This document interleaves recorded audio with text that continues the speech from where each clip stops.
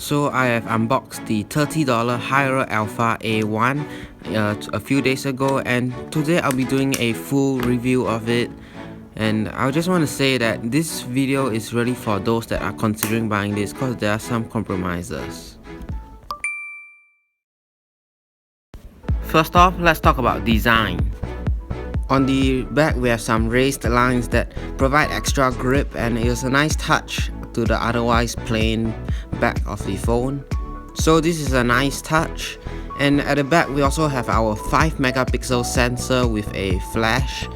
The top side of the phone have our micro USB port, and as well as a headphone jack, something that most of our flagships doesn't have, and I kinda appreciate it.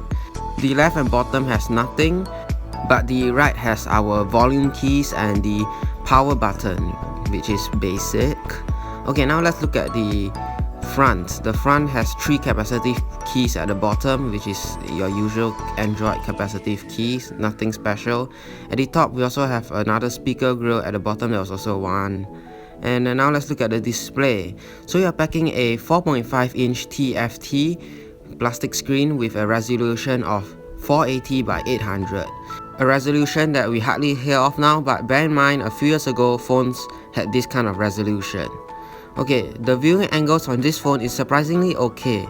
Just do not tilt your phone more than 150 degrees and can view content at a basic level. I mean, it can run the content, but it only does in 480p at max. Okay, now let's talk about the 5 megapixel sensor at the back.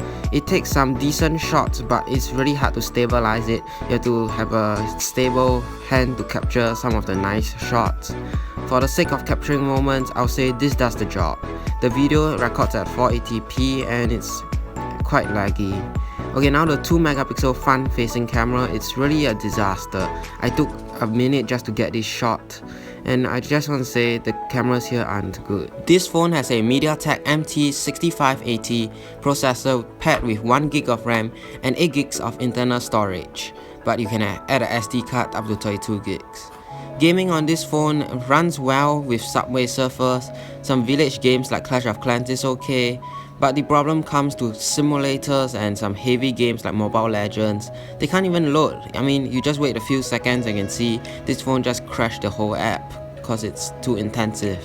And this phone also only supports 3G, which is a generation behind, so you won't have your 4G signal, you only have 3G, but I find 3G quite powerful compared to 2G actually. 2G and 3G is quite a big jump. Okay, now talking about battery, it has a 1700 mAh battery, which you might think is really small, but given that this phone doesn't have to push that much, it runs just fine. It can last a whole day, but not much extras. On the upside, it runs Android 8.1 Oreo Go Edition. Go Edition is an optimized version of the Android 8.0 Oreo, and I find it quite good on this phone. Personally, I'll just use this like an iPod or a backup phone, because this phone can really just do some of the basic tasks well and don't expect too much from it. I'll do a quick summary right now. So in total, I'll say this phone, if you can get a better phone for twice or thrice the price, go for it.